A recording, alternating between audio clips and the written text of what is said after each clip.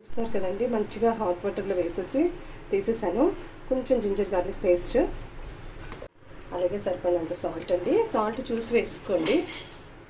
And కారం కూడా చూసి వేసుకోండి. అన్నీ కూడా కొంచెం పసుపు, కొద్దిగా జీర పొడి, కొద్దిగా గరం మసాలా,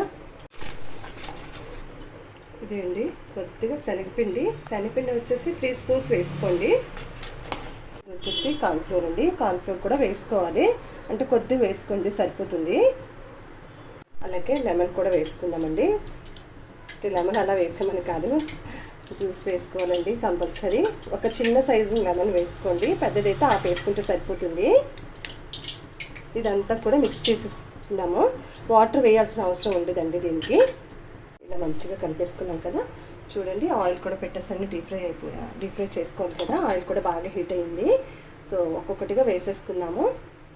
హై ఫ్లేమ్లో పెట్టకండి, మిడిల్లో కాస్త మంట తగ్గించి పెట్టుకుంటే మంచిగా ఫ్రై అయిపోతుంది అన్నమాట. మనకి రోడ్ సైడ్ బండి మీద దొరుకుతుంది కదండి, అలా మీల్ మేకర్ పకోడీ అనేది ఇంట్లో కూడా మనం మంచిగా చేసేసుకొని హ్యాపీగా ఎంజాయ్ చేయొచ్చు అన్నమాట. చూస్తున్నారు కదండి, మీల్ మేకర్ పకోడీ అనేది కూడా చాలా టేస్టీగా వచ్చిందండి. నేను ఫుడ్ కలర్ ఒకటే వేయలేదు, మిగతా అన్నీ కూడా సేమ్ ప్రాసెస్ అనమాట. అది కూడా మనకి రోడ్ సైడ్ బండి మీద ఎలా చేస్తారో ఆ స్టైల్లో చేసాను అనమాట. సో పిల్లలు తింటారు కాబట్టి ఫుడ్ కలర్ అయితే వేయలేదు. చాలా బాగుందండి, క్రిస్పీగా క్రంచీగా అనమాట. నచ్చితే లైక్ అయితే ఇవ్వండి. అలాగే మీకు కూడా నచ్చితే మాత్రం కంపల్సరీ ట్రై చేయండి, చాలా బాగుంది. Thank you, bye.